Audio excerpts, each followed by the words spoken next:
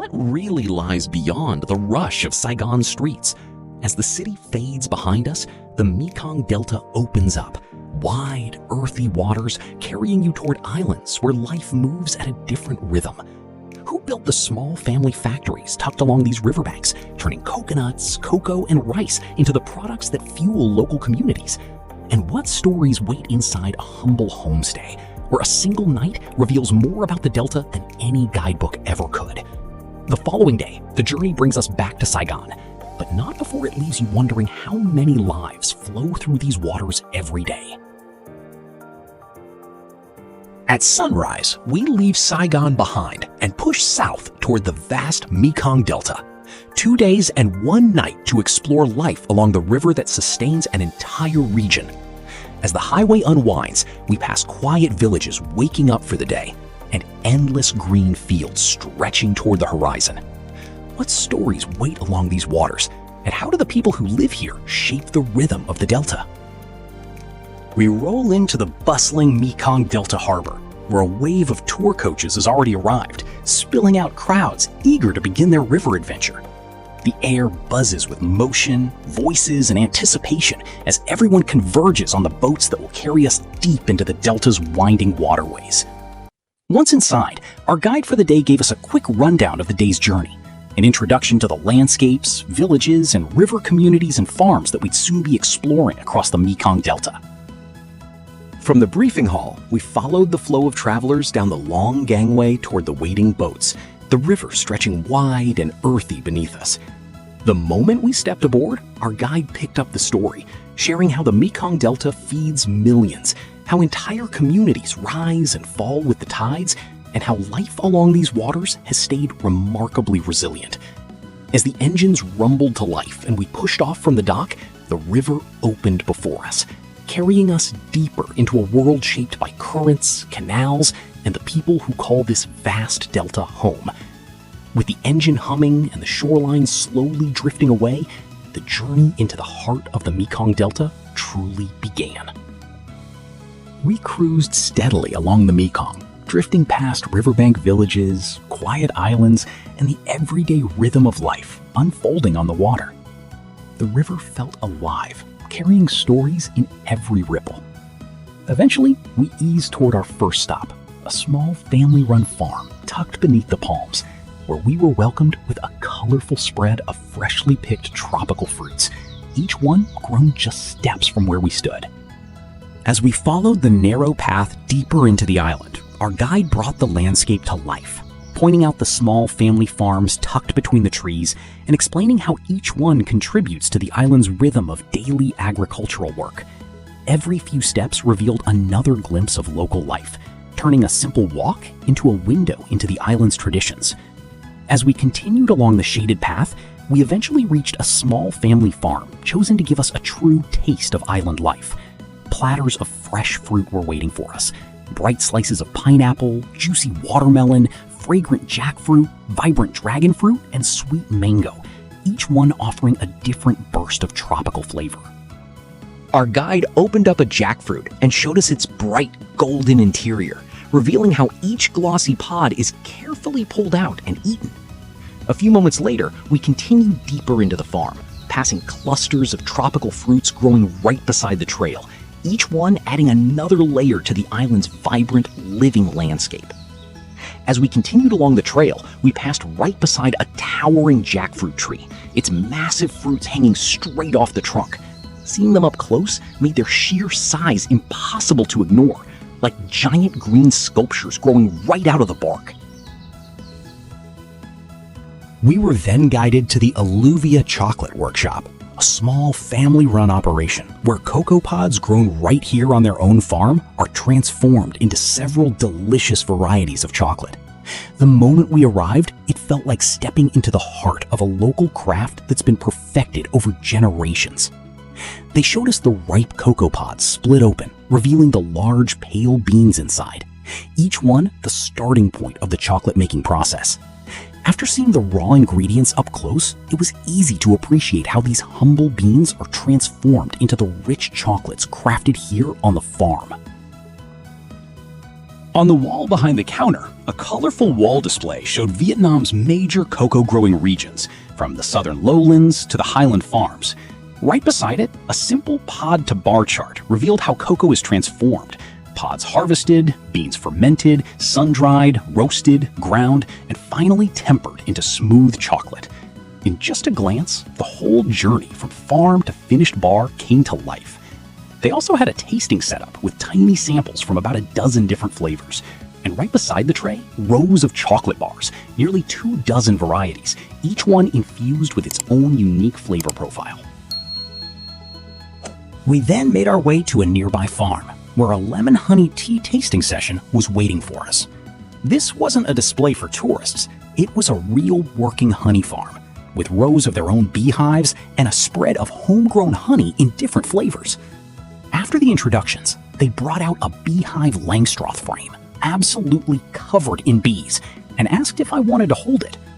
The moment it rested in my hands, I could hear the soft electric buzz of the hive in front of me.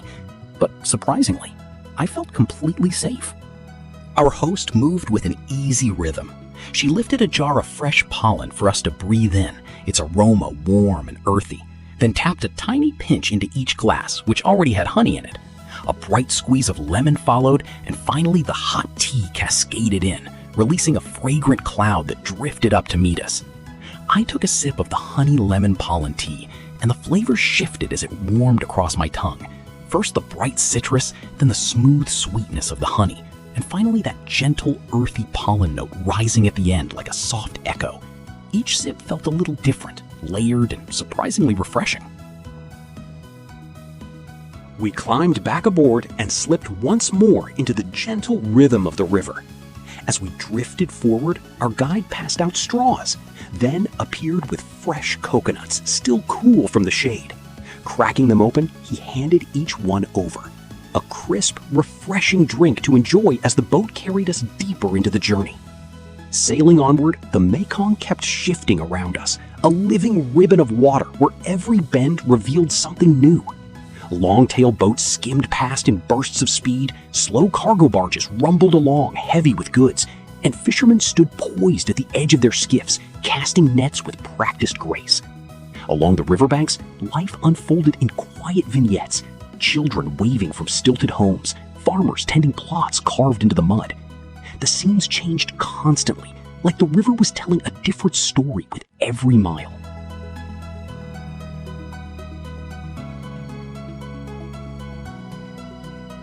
Our next stop was a full-scale coconut candy factory, where we watched the entire transformation unfold, from raw coconut milk to finished candy.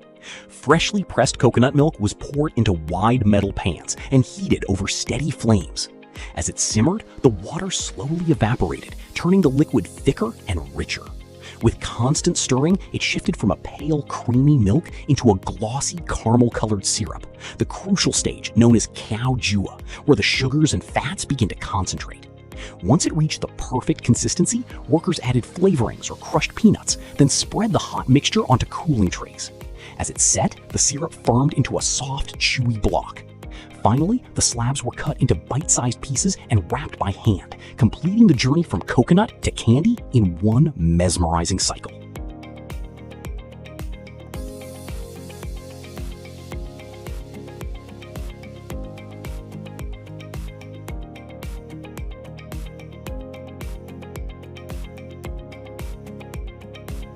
At the back of the factory, they were selling real, authentic Cobra wine, the kind made with an actual snake sealed inside the bottle. Our guide lifted one up for us to see, the cobra coiled in the amber liquid like a relic.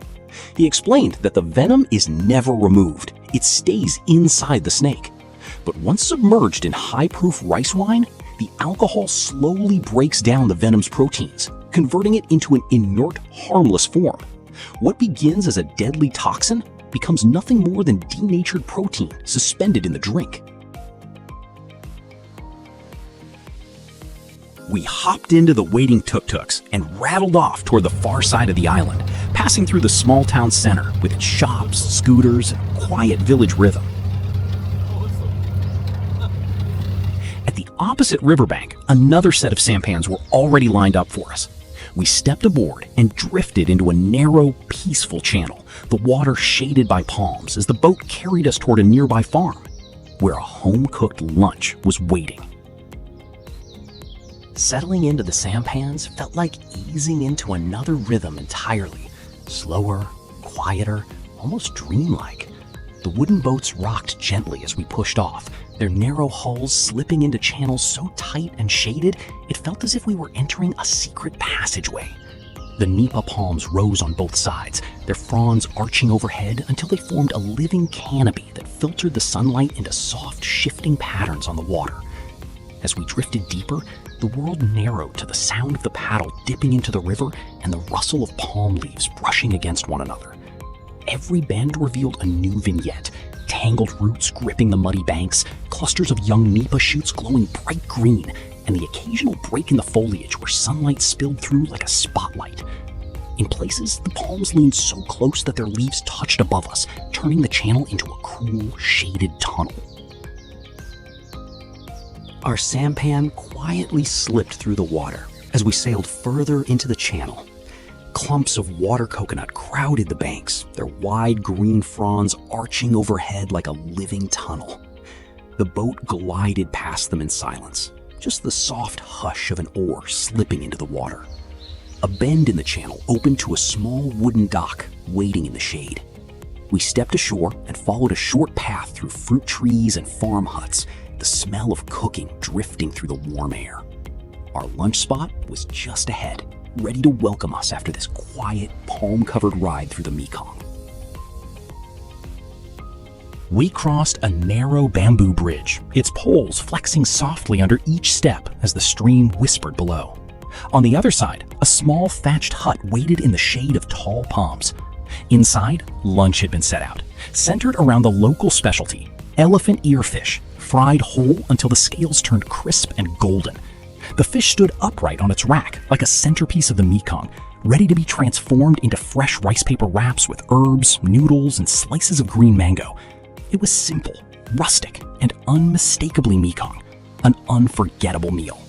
We watched as our server moved with effortless skill, layering rice noodles, crisp vegetables, and herbs onto the rice paper, then scraping the tender flesh from the elephant ear fish and rolling everything into perfect little wraps.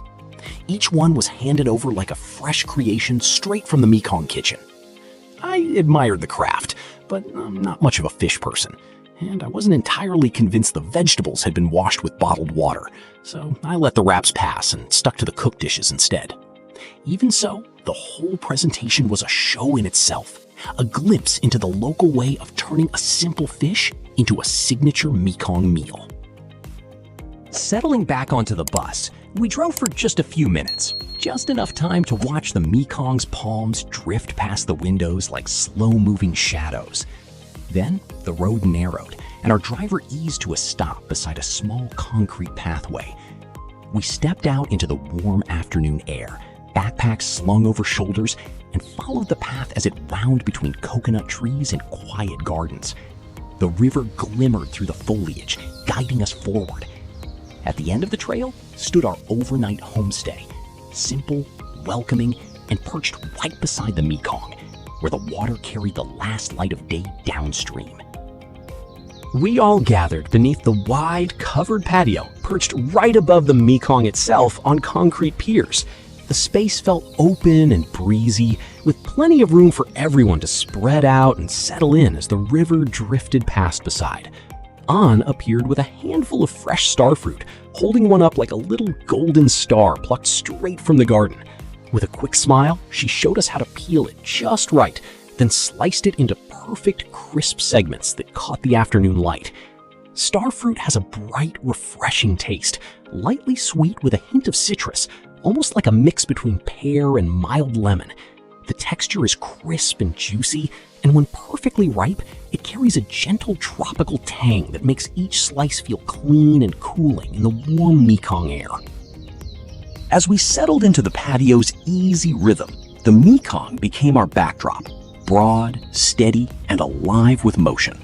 River traffic drifted past like a slow parade, fishing boats, cargo skiffs, and long wooden hulls gliding along the current.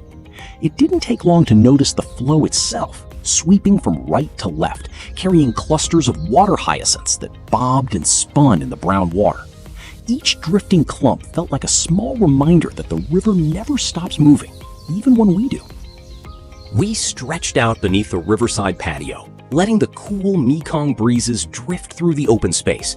The air moved gently around us, fresh, steady, and carrying that faint river scent of water, palms, and distant cooking fires. It was the kind of breeze that made you lean back in your chair, slow your breathing, and just watch the world float by. Out on the Mekong, the river became a living highway.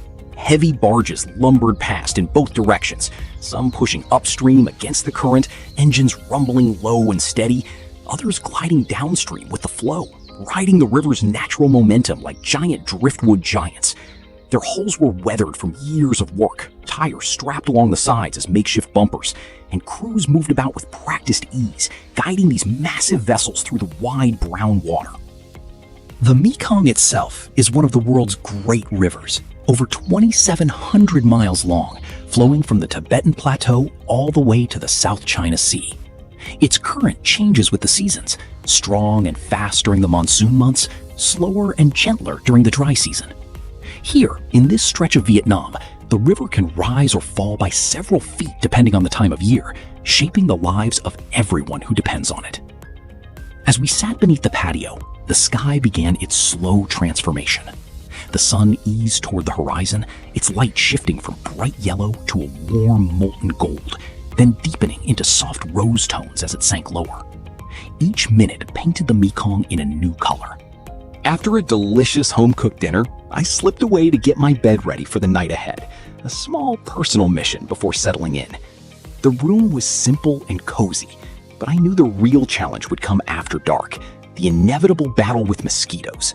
I tucked in the netting, checked every corner, and made sure my nighttime defenses were firmly in place, gearing up for whatever winged invaders might try their luck. Tomorrow morning, I'll take you on a full walkthrough of this homestay, an immersive little tour of the property, the garden, and the dozens of exotic fruit trees that thrive here.